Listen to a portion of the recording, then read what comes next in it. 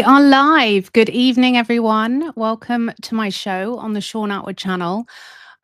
Tonight, I'm bringing you a story that I really feel so passionately about, and I want to share it with you because you will not hear it in the mainstream press. You won't hear it in full, that's for sure. You will be able to piece things together online. And of course, it's always important that you do your own research on this.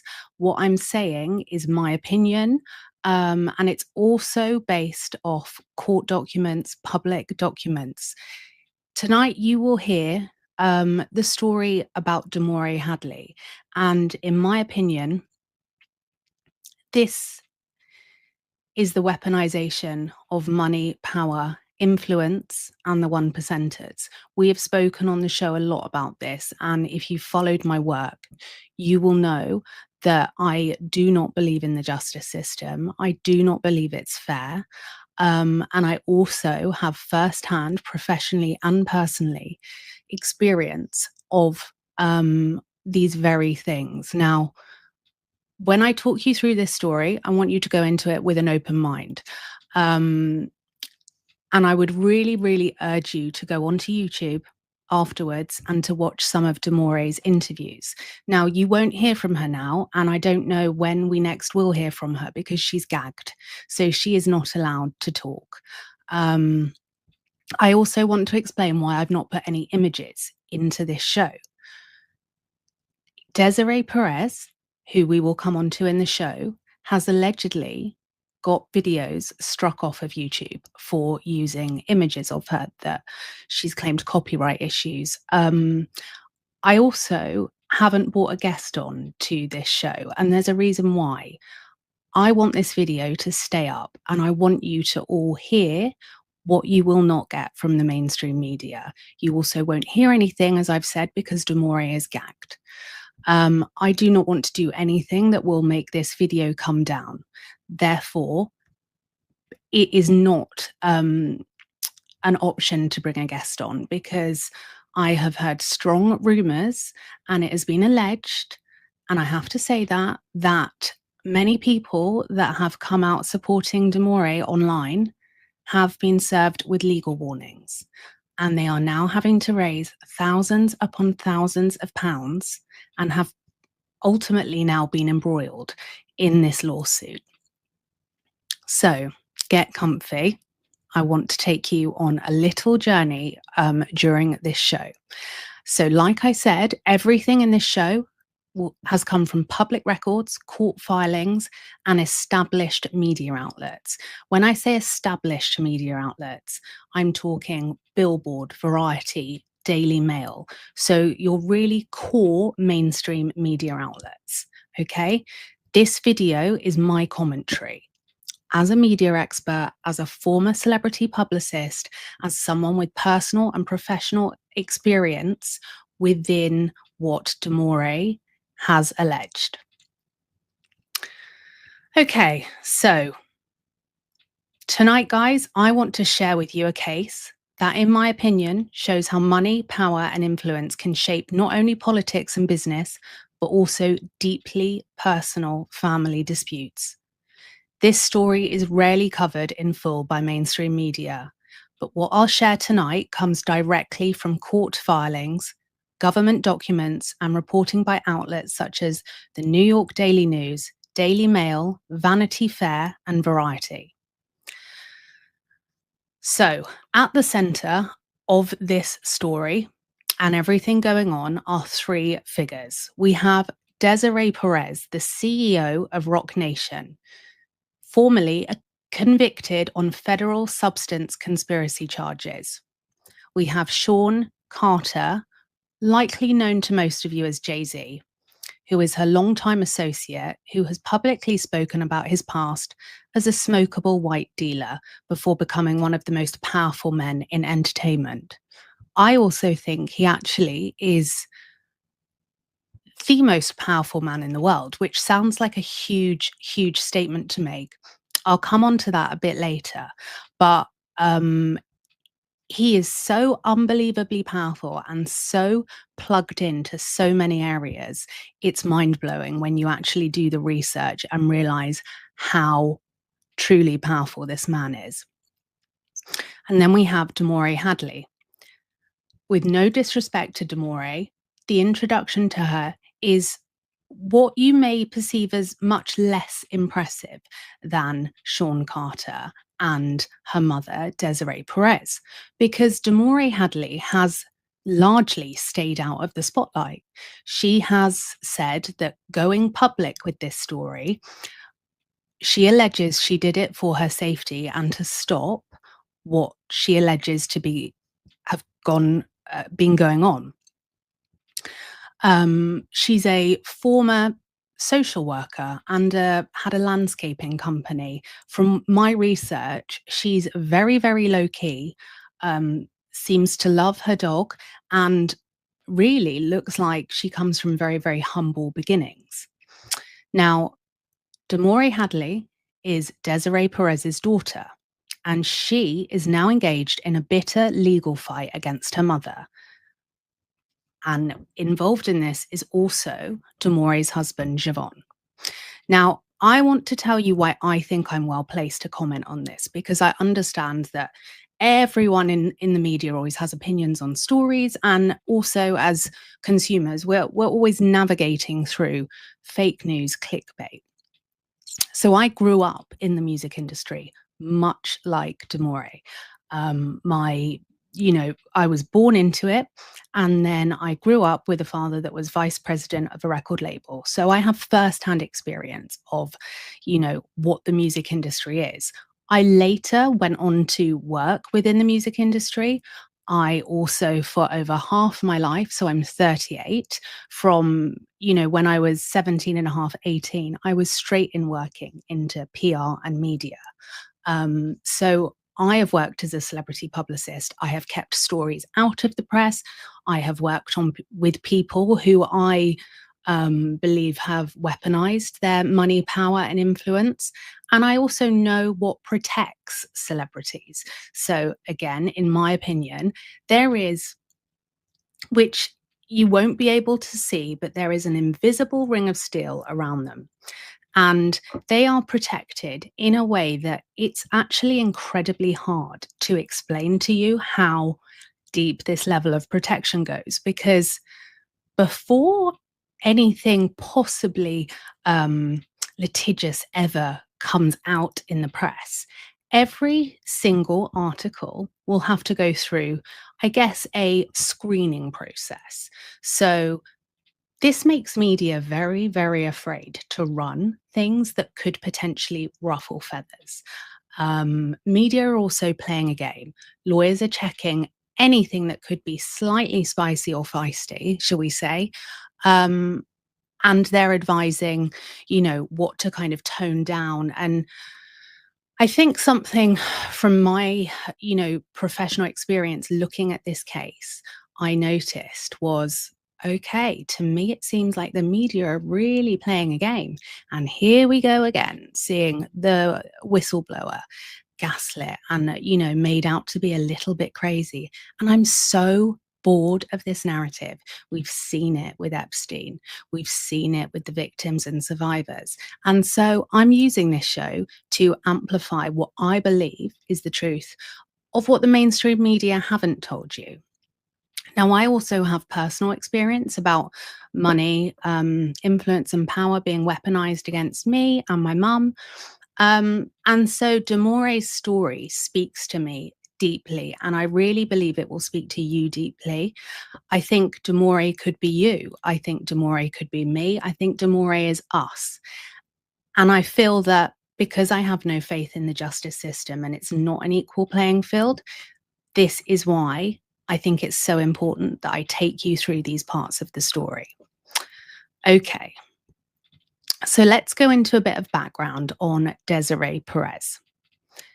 In the 1980s and 90s, Perez was married to a Miami substance trafficker and, according to the New York Daily News reporting, became involved herself. She was eventually convicted of federal substance conspiracy with the intent to distribute and served time in prison.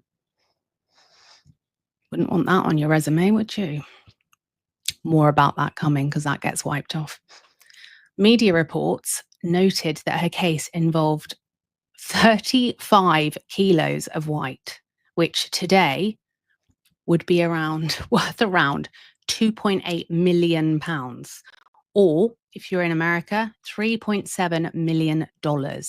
I mean, this is staggering. That blew my mind.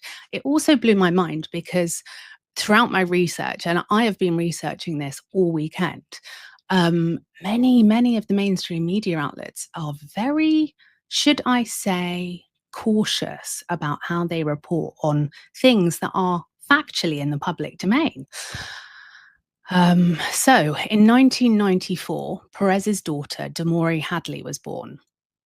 Now, Perez was incarcerated, so Damore was raised primarily by her grandparents, whom she is credited with being the very anchors of her life. Perez eventually transitioned into the nightclub business in Manhattan. A Billboard article, like I said, I always work with the facts, by the way. There's no conspiracy, there's no opinion, there's no padding out of anything here. What I do is rooted in facts, okay? So, a Billboard article recounts how she began promoting clubs in Washington Heights and by 1996 was booking acts like Jay-Z. Now, the article admits her prior incarceration, which I thought was a little strange. And then I thought, it's not really that strange, is it? Because when I was a celebrity publicist, this is exactly what I would do when clients had, should we say, some unfavorable parts of their history that they didn't want being rehashed again and again and again. And that's why I think this video is really important, because my only agenda is always bringing the truth to you. I'm not playing a game. I don't have to appease Desiree Perez or Jay-Z. I'm not looking for a meet and greet with Rihanna or to get, onto the Super Bowl. None of that interests me. Unlike the mainstream media, who very much have a game to play. And they do this with everyone, they being the mainstream. By 2009, Perez had joined ROC Nation. And by 2019, she rose to CEO. Under her leadership, ROC Nation expanded into sports representation, film, TV production, branding, spirits, apparel, venture capital, philanthropy. Ugh, that word always makes me feel a bit sick. I'll tell you why. Because, I don't know, in my experience, I've seen a lot of people use that word philanthropy and it just, we'll come on to that later, always gives me the ick a bit. Including the Shaun Carter Foundation and Reform Criminal Justice Initiative. Now, Perez is married to Juan Perez. Apologies, anyone, if I have mispronounced that. And he is the president of ROC Nation. So what you're seeing here, sorry, my phone has randomly started playing the live show. So what you're seeing here is power, and a lot of it. Now, in 2014, the Daily Mail described Perez as having a lengthy criminal record and noted that she had worked as a cooperating witness with the DEA after her arrest. According to the report, she acted as a cooperating witness, going undercover to help build cases against major traffickers. Now, what's interesting is that section I've pulled out from the Daily Mail. Many of the mainstream media outlets still have that, but some of the more hip-hop, kind of cool culture type media outlets have got disclaimers at the top where they say that they factually got things wrong within their article, this information, and they've since amended it. So I thought, well, that's very strange because there are numerous other media outlets saying it, but it's only the kind of, should we say, cool culture influential ones that have tweaked or amended their content.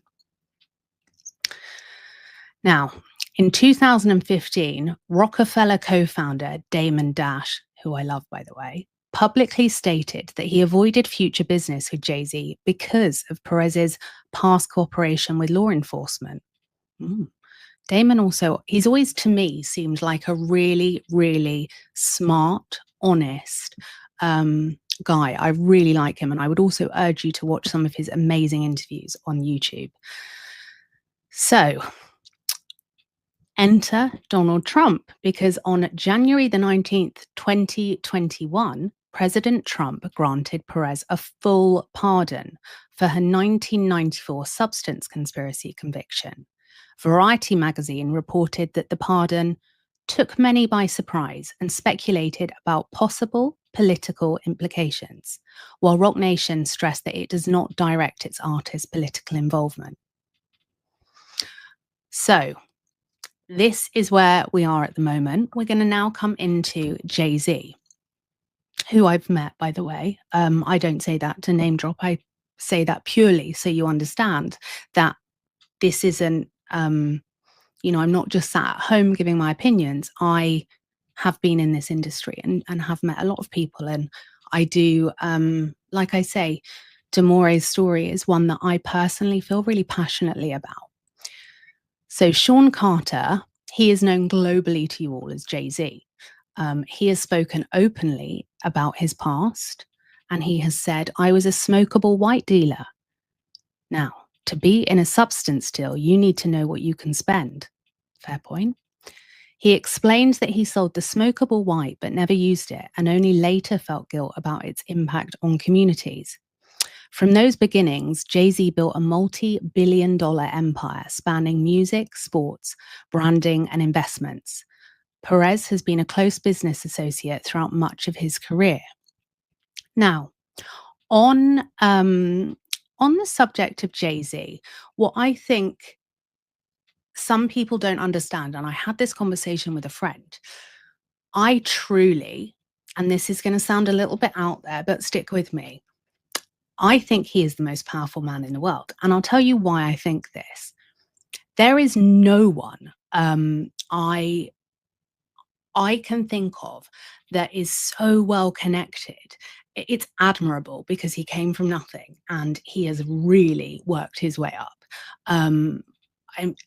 From so many areas, he's invested in Uber, he's got his own record label, but it's not just that, it's sports, it's the NFL, it's the reach he has. I don't think I can name someone, and you might say, oh, Elon Musk or Trump are the most powerful, but no, because they have power within their arenas and maybe a couple of subsidiaries. But when you look at Jay-Z, his power is vast. So it's, from my research, it's music, politics, live, fashion, business, management, NFL, sports, culture, social justice reform. Wow. And that is an unparalleled impact. Now, also the NFL, that's the biggest live performance in the world, 200 million viewers, okay? He's got connections with Obama, Hillary, and all of this has amplified his reach and his influence and power. So he is brought into this equation because Rock Nation is his company. And they are involved, or they are named in some of these suits. And I also think every which way, Jay-Z is someone who, I don't think he's hanging around with people like me or my friends. I think he's very much with those 1%ers. And I know people don't like me calling them elites, but so let's say the 1%ers.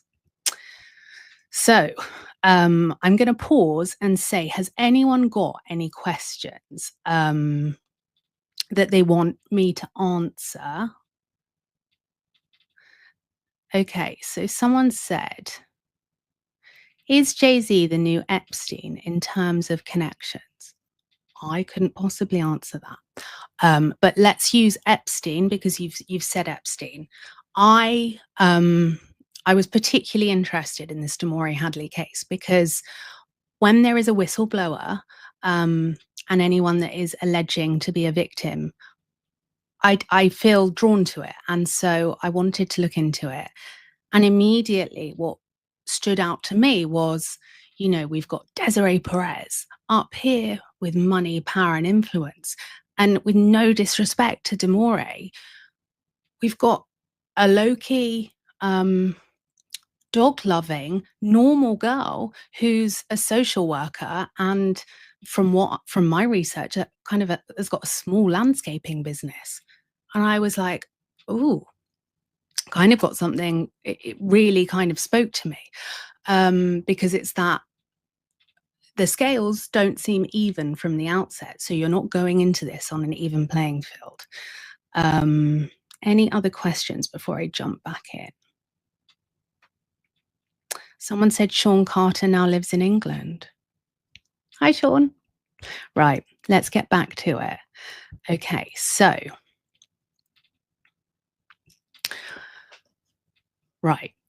to understand the stakes of this case, we need to look at Rock Nation. Okay, some of you might be familiar with it,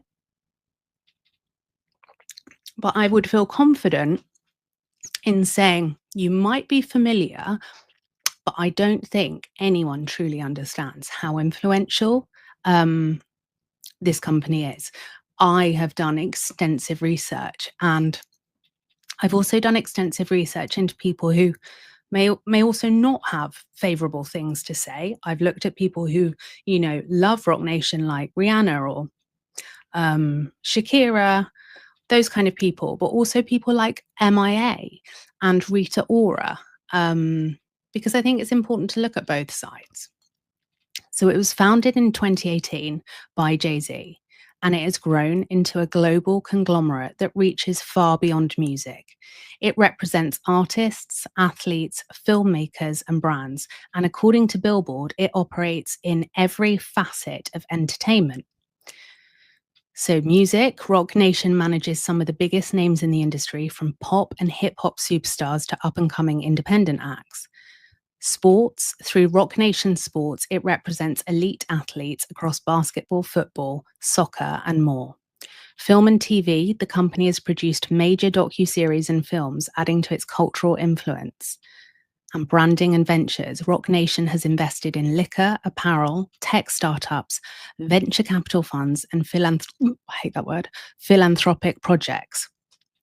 Now, Perez, as CEO, oversees all of this, and Jay-Z, as co-founder, he brings unprecedented cultural influence and access. It can't be, when we're looking at the Damore Hadley story, and whether you like Jay-Z or don't like him, and whether you like Desiree Perez or don't, you cannot take away the fact that what they have built is truly mind-blowing.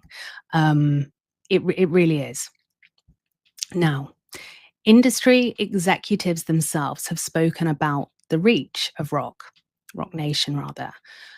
Michelle Anthony, vice president of Universal Music Group, once said of Perez, "Whether it's music, film, television, fashion, or sports, Desiree is either leading it or at the center of it." Some critics argue that this influence makes Rock Nation a shadow empire, not just shaping entertainment, but also exerting quiet leverage in politics, media, and criminal justice reform. Now, obviously, this is what critics have argued. This isn't my opinion. Supporters, however, frame Rock Nation as a progressive force, creating opportunities and pushing for social change through initiatives like Reform, which Perez is heavily involved in. One thing is clear: their network is vast. And it's particularly interesting that we have a young girl who seemingly seems to not really like the public eye, but that felt that the last possible thing she could do was to go public for her safety. That's what she alleges. Now, this backdrop of power, money, and influence makes the allegations raised in the Hadley case especially significant, because they're not just about one family dispute, but they're about how these tools of influence might allegedly be weaponized in personal conflicts. Okay, so I want to go into phase one. From 2019 to 2023, Javon Hadley, who is Damore's husband, faced repeated arrests on abuse allegations. According to Javon, and court filings, these charges were based on doctored video and unreliable testimony. In September 2023, filings alleged Perez staged an intervention to separate the couple, during which she allegedly used racial slurs. Now, I've read everything, and the racial slurs are so grotesque, I will not repeat them on this show.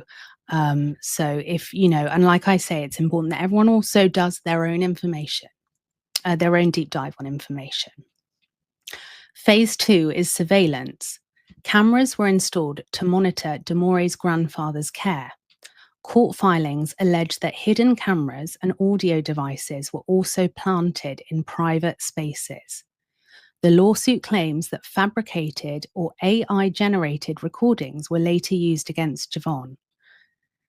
This, for me, feels quite chilling. Obviously, they're all allegations, but for me, I personally, when I was reading this earlier, it felt a bit like a script. Like, I couldn't imagine going through this. It's actually very chilling, in my opinion.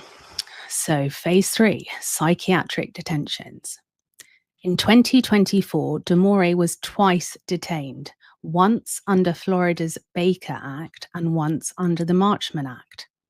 Body cam footage, now in court records, show her calm and coherent, not evaluated by a doctor, and later testing negative for substance and alcohol. Her legal team argues these were wrongful imprisonments disguised as mental health interventions.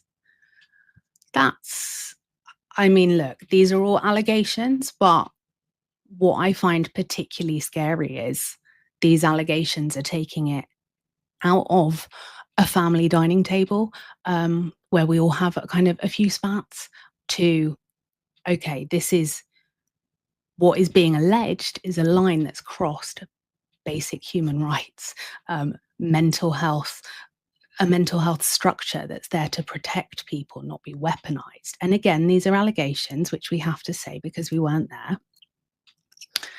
So phase 4 is a civil rights lawsuit. In April 2025, Demore filed a sweeping lawsuit alleging illegal surveillance and iCloud hacking, wrongful psychiatric detentions, stalking by private investigators, fraudulent psychiatric evaluations, and conspiracy to portray her husband as abusive. I mean, that for me, that's petrifying if these allegations are true. Now, what I will add is before, because Demore's gagged now, she can't talk. Before she was gagged, and that word is just so, that the fact we have to use that word, it's like, I feel like, you gag an animal that's about to bite you. You don't gag a human being. But there are lots of videos online, so you can see Demore speak her truth, or what she alleges is her truth. You can see that. There are many amazing people that have spoken to Demore, and I would really urge you to watch this because what they have in that is footage and what they claim to be is evidence. So I think it's really important when you're looking at the whole picture that you do definitely look into that. So phase 5 and 6 is the court battles.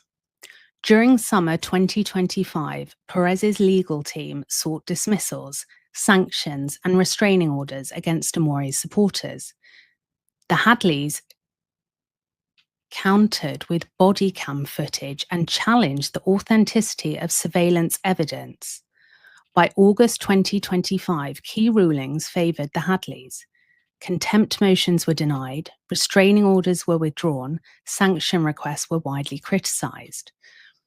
Okay, so what comes next in phase 7 is looking ahead into 2026. Now, this is where it all, I would love to be proved wrong because you've heard me say many times, I don't believe in the justice system. I don't have faith in it. I think it has absolutely failed women and children around the globe for many, many, many years. I feel it has also, it's not an equal playing field, in my opinion. I think if you have money, power, and influence, Ghislaine Maxwell, then it's